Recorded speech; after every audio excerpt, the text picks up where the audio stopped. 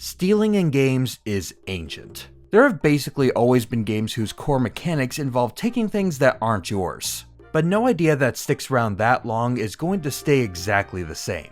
Developers have taken the basic concept of stealing and morphed it, little by little, to reflect what they think would make the most fun in their specific context.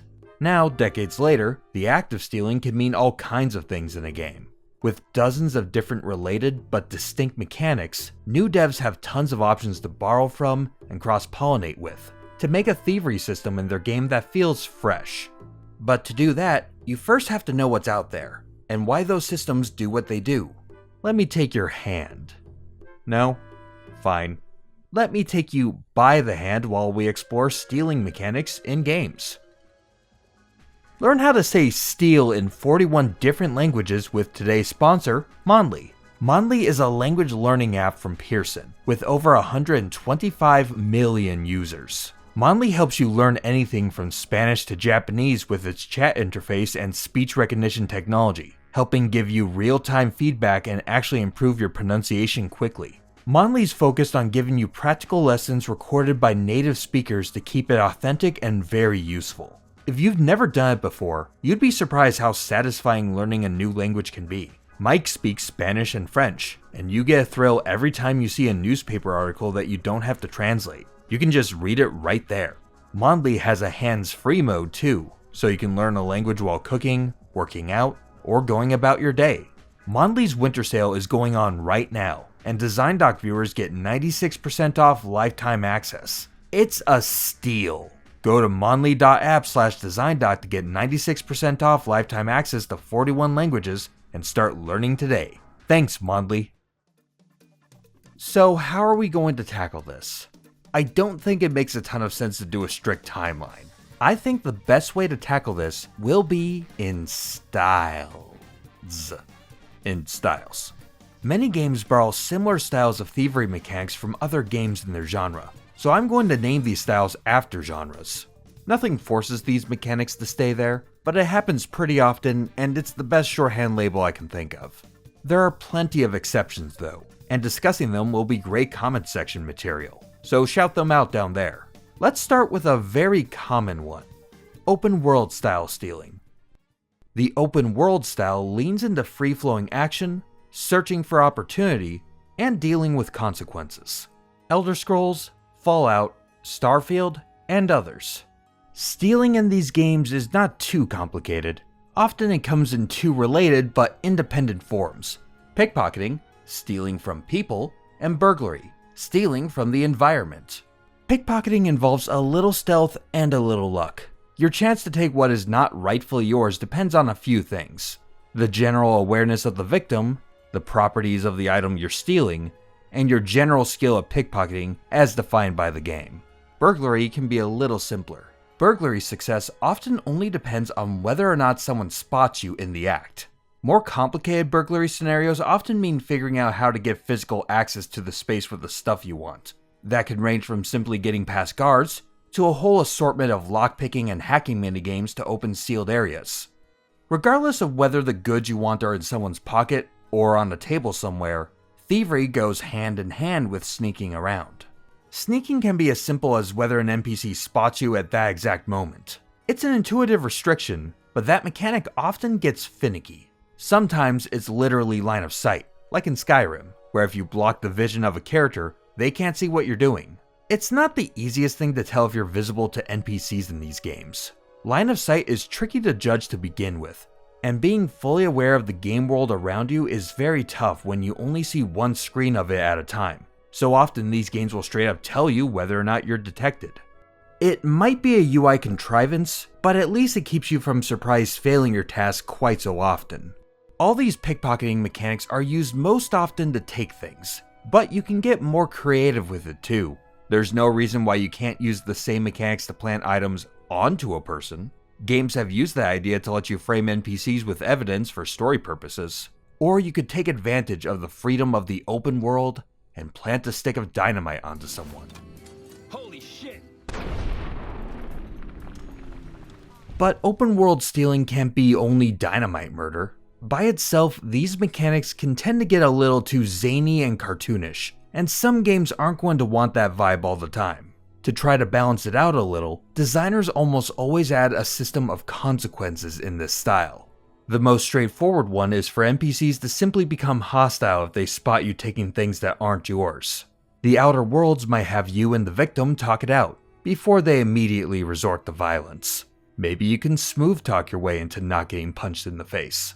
Bethesda loves to make their guards judge, jury, and executioner if they spot you breaking the law. Getting caught stealing lets you choose how to resolve the issue, through paying a fee and losing the stuff, teleporting to jail and losing the stuff, or trying to fight your way out with the stuff. It's in so many of their games, it's practically a company hallmark at this point. Even if no one's around, some games quietly keep tabs of your sins in the background. Fallout New Vegas docks you points and karma when you take things, even when no one's looking. That karma system can impact your companions and your ending, though New Vegas' karma system is pretty busted morally, if you look into it. So you can get arrested by guards, or you can feel karmically bad about it, but a game might still need a more concrete limit to these systems. Being able to steal whatever you want could have disastrous effects on a game economy. With no limits, you could flip all your stolen stuff for cash and immediately gain the most expensive gear, making the intermediate stuff obsolete immediately, and destroying the appeal of earning money through quests or any other way. Speedrunning these games often involves grabbing some obscure item off of something for exactly that reason. To dampen that effect, selling goods might be limited by the amount of gold any shopkeeper has on hand. What you can carry also might be limited by a weight-based over-encumbrance system. Your character's skill at thievery might be limited by a hard number. Open world games with level up systems might have you put points in pickpocketing before you're able to steal better stuff. Some games limit the type of gear you can take until you get a high enough skill. Skyrim blocks off weapons and other equipped items until you gather tons of experience in it. Low skill characters might struggle to get away with the goods. Bethesda often explicitly puts a hard % chance to succeed on screen, and leveling up your skill raises that chance. Though this isn't a perfect fix. Save scumming means that for any % chance to succeed, any player could turn that into a guaranteed success if they're determined enough to reload the game until it works. None of these limits by themselves are that major, but the sum total of their effects add up to a slightly less ridiculous thievery system. Open world stealing is great, but it's not for every type of game. If that style feels a little too improv heavy for you, maybe you'd prefer something that rewards a little more thought and preparation. The CRPG style. This one takes a lot of cues from tabletop role-playing games, if not straight up using their system entirely. It shares some of the mechanics of the open world style, but those mechanics end up feeling very different when they're placed in a more regimented turn-based context. This can make some aspects of stealing feel less silly, and others, way more. If open world is more smash and grab, CRPG style is a little more Ocean's 11. Baldur's Gate 3 lets you do most of the thief actions that something like Skyrim lets you do, but there's time to stop and think through the process. You get more time to plan and double check before you try to pull off your heist. You can spend the time to use support skills and plan out a complex, multi-step process to get in and out with exactly what you want. Having a party of multiple people makes the prep work feel completely different. Instead of having to do it all yourself, you can piece together different specialties to help make the thievery more of a team sport. Have your party boost your rogue sneaking stat. Send someone in to distract the target in a conversation, then go in with advantage. Make your thief invisible and get up close without a hassle. If you've got an idea, you just might be able to pull it off. The teamwork of it all doesn't change that much in the underlying numbers versus what you could do in a game like Skyrim, but it does feel like a different experience. Players can create a different kind of satisfaction out of making a plan, puzzling through contingencies, getting all the elements in place, and then making it work flawlessly. Is one style better than the other?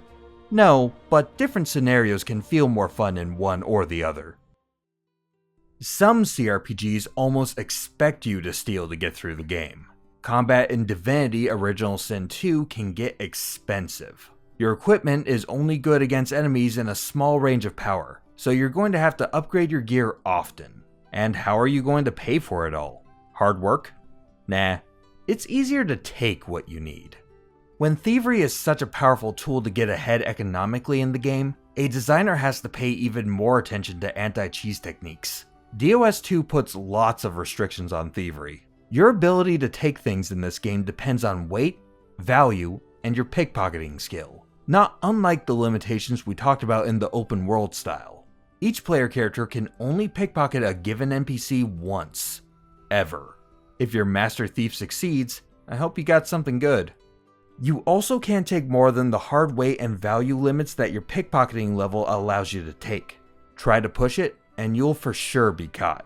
The thievery system in DOS 2 walks a very fine line between under and overpowered, and only through a lot of restrictions and limitations is it able to strike that balance. Okay, let's switch styles and head east. JRPG style stealing. It's totally different. JRPG style stealing focuses on mystery, the chance of getting something amazing, and getting ahead of the curve.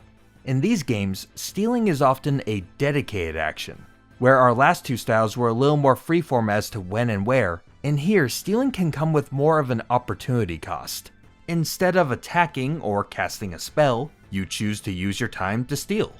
Use a dedicated command to try to take it, and the game will do some RNG to see whether you succeed.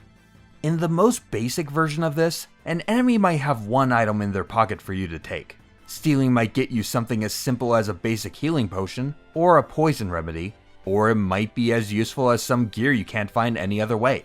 A more deluxe system shows up in Final Fantasy IX. Just like enemies have a table of loot that has a % chance to drop when defeated, they also have a table of items that can be stolen, and not necessarily just one thing. Each item in the table has a % chance to be grabbed, and the more difficult the odds, the better the item tends to be. Every enemy has a table like this, from cannon fodder to every boss and villain. There's just one catch. Unlike the inventories you see in open world style pickpocketing, in here, you have no idea what you're about to take, unless you spend even more valuable time scanning for it. Whether you know what you're getting or not, FF9 mostly makes stealing worthwhile. Major enemies and bosses often hold exceptional gear for that part of the game, high stats, or even items with mechanics you may not have seen yet. If you don't try to grab it now, you might not have access to it again for hours. Of course, all the upside of a system that reminds me of gacha comes with a major downside that also reminds me of gacha. The good stuff has very low drop rates. The best stuff has very, very low drop rates. FF9 stealing is not fun when you have to repeat an action dozens of times to get the rare drop. I tried to put on cheats to speed up getting this footage for the fairy flute, and I still didn't get it. You get abilities to reduce some of that problem, but even so, getting the rarest loot takes forever. At least if you stick with it, you get something good. Unlike Dragon Quest. Steal rates in Dragon Quest can be terrible. I'm most familiar with DQ11, but from what I understand, this isn't a new problem.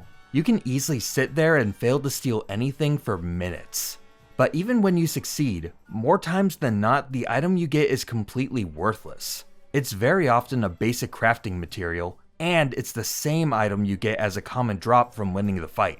There are some cases in late game crafting where this is worth doing, and some abilities that guarantee a steal, but for most of the game, the lack of upside makes this not a mechanic worth messing with. Some JRPGs let you disarm opponents through thievery. Final Fantasy Tactics Advance has late game abilities that let you steal armor, shields, accessories, helms, money, or weapons. Not boots though. You can even take one of your opponent's skills. This can be a source of a lot of great high-end gear, but disarming opponents can be incredibly overpowered. Fire Emblem Thracia 776 has basically no restriction on what you can take off of someone, and enemies can't really comprehend not having any attack power anymore. Thracia also has a bulk stealing mechanic, where if you capture an opponent instead of destroying them, you get to take everything they have on hand, and sell off anything you don't need for money. Very powerful. JRPG pickpocketing can get even quirkier. A style as abstract as JRPG stealing lets you have some leeway in what you take. It doesn't have to be bound by things you can put in an inventory.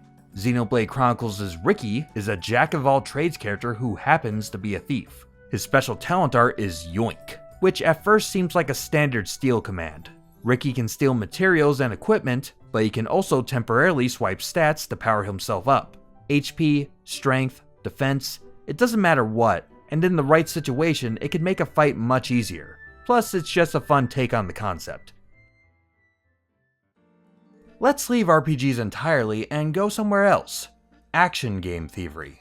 The action style focuses on selling the fantasy of being a thief. Aesthetics are important, putting you in that one big flashy moment where you finally get away with it.